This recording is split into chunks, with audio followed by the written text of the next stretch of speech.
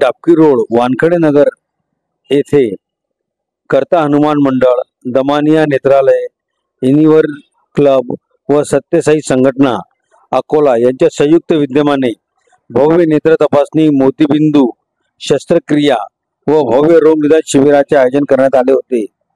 गेल्या 17 वर्षापासून करता हनुमान मंडळाद्वारा मंडळाचे अध्यक्ष माजी सैनिक सुभाषराव मैसने पाटील यांच्या पुढाकारातून विविध सामाजिक उपक्रम राबविले जातात। यामध्ये या शिबिराचे आयोजन करण्यात आले होते। गेल्या 15 वर्षापासून 5237 शिबिराद्वारे मोतीबिंद शस्त्रक्रिया करण्यात आल्या। यावेळी 426 रुग्णांनी दमानिया रुग्णालयाचे तज्ञ डॉक्टर दत्ता पवार, अजय देशमुख, संतोष पुंड, सुनील सरोदे यांच्या टीमने त्यांची तपासणी केली।